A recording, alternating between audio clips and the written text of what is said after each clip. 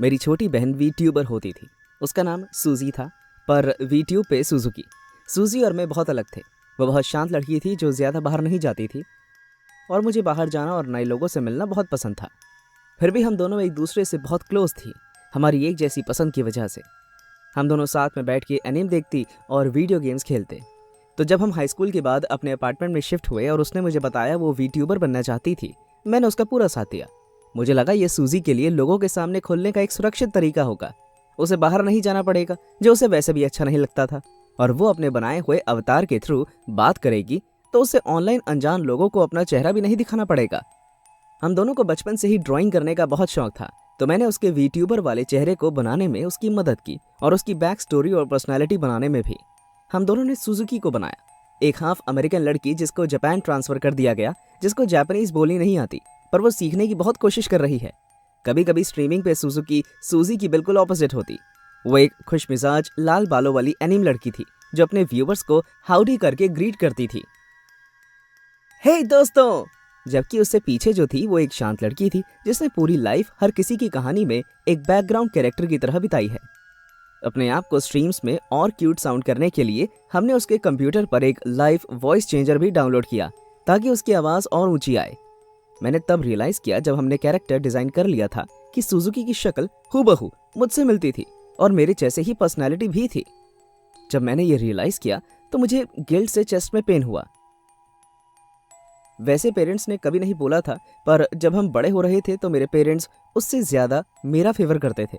अगर हम दोनों के इवेंट्स सेम दिन होते थे तो वो हमेशा मेरा इवेंट अटेंड करने को चूज करते, और हमारे बर्थडेज पर मेरे गिफ्ट्स उससे थोड़े ज़्यादा महंगे होते थे।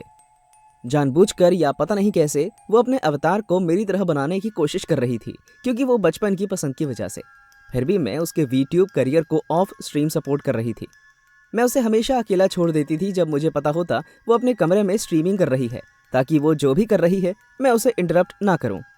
ज़्यादा से ज़्यादा मैं बस उसके फ़ोन पे एक टेक्स्ट भेज देती, जैसे डिनर टेबल पे लग गया है, ताकि उसकी लाइव स्ट्रीम में मेरी आवाज़ ना आए।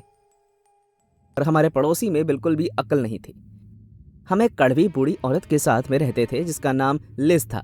लिज कुछ 45 साल की थी, जिसकी पीली स्किन थी, झरझरे भूरे बाल और उसकी खोपड़ी जिसमें दूध भी खट्टा हो जाए।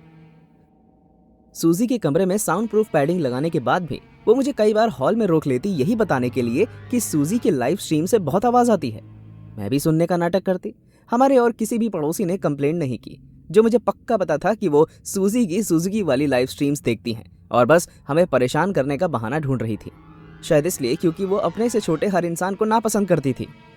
एक दिन मुझे एक हफ्ते के लिए कंपनी की तरफ से बिजनेस ट्रिप पे जाना था। मुझे सूजी को अकेला छोड़ के जाने में चिंता हो रही थी, पर मेरे पास और कोई ऑप्शन नहीं था अगर मुझे अपनी नौकरी में प्रमोशन चाहिए था। पक्का तुम्हें कोई प्रॉब्लम तो नहीं होगी ना? मैंने ट्रिप पे जाने वाले दिन उससे पूछा। नहीं, मैं ठीक रहूंगी, सूजी ने जवाब दिया। मेरा वीट्यूब करियर अच्छा चल रहा है, मैं अकेले खुश रहूंगी जब तक तुम वापस नहीं आ जाती। ओके, फिर भी मैं ड्रॉअर में कुछ पैसे छोड़ के जा रही हूँ, अपना ध्यान रखना मत भूलना, ठीक है? और हाँ, लिज वाली बीमारी से बात मत करना। तुम्हें मुझे 2 बार बताने की जरूरत नहीं है, सूजी ने हंसते हुए कहा। हम दोनों गले मिले और मैं अपने कपड़ों से भरे बैग के साथ अपनी बिजनेस ट्रिप के लिए निकल गई। मैंने अगला हफ्ता सस्ते होटल्स में उन लोगों के साथ शेयर किया जिन्हें मैं ठीक से जानती भी नहीं थी, और बिजनेस मीटिंग्स ने मेरा पूरा दिमाग खराब कर दिया था। वो लंबी और बोरिंग मीटिंग्स थी जिसकी वजह से मुझे अपना घर का बेड याद आ रहा था। मेरा दिन का हाईलाइट दिन खत्म होने के बाद वो होता था जब मैं सूजी को सुजुकी बनते लाइव स्ट्रीम करते देखती थी, उसे खुश और तेज आवाज में बोलने वाली अवतार को देख के। हे दोस्तों! हर स्ट्रीम के शुरू होने से पहले मेरे मुंह पर मुस्कान ले आती थी। मुझे पहली बार ऐसा लगा कि उसकी स्ट्रीम्स को रेगुलर देख के कैसा फील होता है। बस वो छुपी हुई है उसमें, पर अच्छा है। जिस दिन मैं घर जा रही थी मैंने सोचा मैं सूजी के लिए इलेक्ट्रॉनिक स्टोर से एक गिफ्ट पैक कर लूं। ये जानते हुए कि वो अपने वीट्यूब करियर के लिए कितनी एक्साइटेड है, मैंने उसके स्ट्रीम्स के लिए एक नया माइक्रोफोन खरीदा। जब मैं अपार्टमेंट में घुसी मैं सीधा उसके कमरे में उसे वो गिफ्ट देने गई। मैंने दरवाजा खोला और सोचा मेरी बहन वीडियो गेम्स खेल रही होगी या एनीम देख रही होगी, जो वो यूजुअली अपने फ्री टाइम में करती थी। पर मेरा खून ठंडा हो गया जब मैंने किसी को अपनी बहन की चेयर पर बैठे देखा। उसके बाल एकदम सुजुकी की तरह ही लाल थे और उसकी चोटी की तरह ही बंधे हुए थे। उसके चेहरे के मस्से गंदी तरह से मेकअप से ढके थे और उसके गालों से पसीना बह रहा था और उसका चेहरा जो यूजुअली गुस्से से भरा होता है वो एक बड़ी सी स्माइल दे रहा था जिसमें पीले टूटे दांत थे। वो लिज थी, मेरी पड़ोसन। मैं जोर से हाँफी। जैसे ही उसे मेरी आवाज़ आई, लिज ने मेरी तरफ अपना चेहरा घुमाया। वो मुझे अपनी खून भरी आंखों से घूर रही थी जिसमें एक अजीब सा पागलपन था।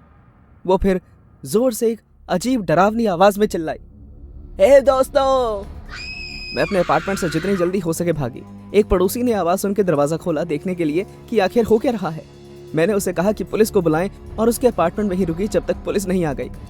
लिज किसी पागल स्कूल गर्ल की तरह हंस रही थी जब पुलिस उसे अपार्टमेंट के बाहर निकाल रही थी। अपार्टमेंट में ढंग से खोजने के बाद उन्हें सूजी बाथरूम के टब में बंधी हुई मिली। उसके माथे पर एक बड़ी चोट का निशान था जहां लिज ने उसे मारा था। जब तक वो मिली उसका खून पूरी तरह से सूख चुका था। वो बहुत पतली और कुपोषित हो गई थी, फिर भी जिंदगी और मौत के बीच झूल रही थी। डॉक्टर ने बताया कि उसको बाथरूम में बिना खाने के कम से कम 1 हफ्ते से रखा गया होगा। पूरा हफ्ता लिज मेरी बहन बन के उसके वीट्यूब पर लाइव जा रही थी। मुझे लगता था वो सिर्फ अपनी खोई हुई जवानी और अटेंशन पाने के लिए ये सब कर रही थी, पर इन सब में उसने सूजी के साथ बहुत गलत किया। सूजी अब कोमा में है। डॉक्टर्स कह तो रहे हैं कि वो एक दिन पूरी तरह ठीक हो जाएगी, तब तक मैं उसके यूट्यूब चैनल को जिंदा रख रही हूँ सुजुकी बन के। मुझे उसके फैंस को झूठ बोल के बुरा लग रहा है, पर मैं नहीं चाहती कि सुजुकी कहीं गुम हो जाए। आखिर सूजी ने इतना हार्ड वर्क किया है उस पर। मैं अभी भी प्रे करती हूँ उस दिन के लिए जब मेरी बहन उठकर अपनी जगह